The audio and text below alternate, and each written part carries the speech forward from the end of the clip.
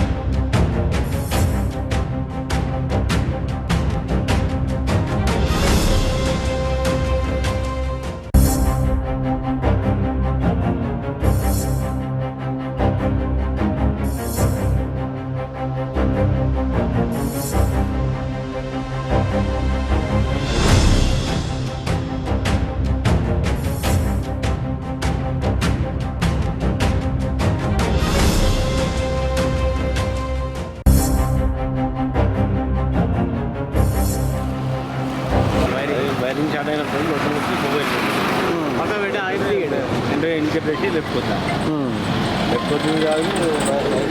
కాదు ఎండ కాలేకపోతే short circuit అయింది అనుకుంటా. షార్ట్ సర్క్యూట్ అయినట్టు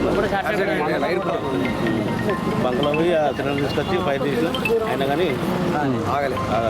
ఎక్కడి నుంచి ఎక్కడికి పోతుంది ఇది? ఊరు పక్క నుంచి కాటనపల్లి. ఏంటిది అది? మట్టి.